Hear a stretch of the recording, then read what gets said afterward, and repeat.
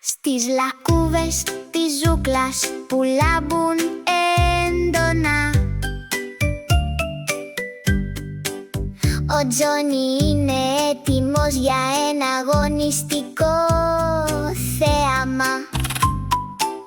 Μικρές βάρκες από φύλλα, ελαφριές και ελεύθερες, πλέουν γρήγορα για να τις δουν όλοι, με το ζαχαρένιο ανεμόπτερο του να πετάει κοντά. Είναι ένας αγώνας ζούγκλας γεμάτος χαρά. Ο Τζόνι μαζεύει φύλλα τόσο πλατιά, κλαδιά και πέταλα δίπλα του.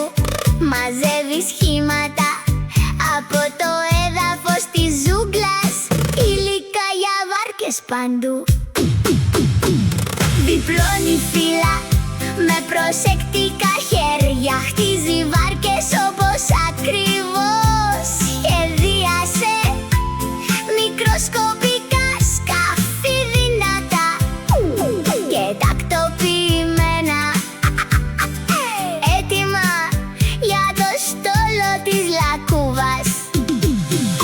Βάρκες από φύλλα πλέουν, βουτούν και γλιστρούν, τρέχουν στη βόλτα με τη λακκούβα. Το ζαχαρένιο ανεμοπτερόζει, το κραυγάζει από πάνω. Διασκέδαση στη ζούγκλα και αγάπη για τους αγώνες.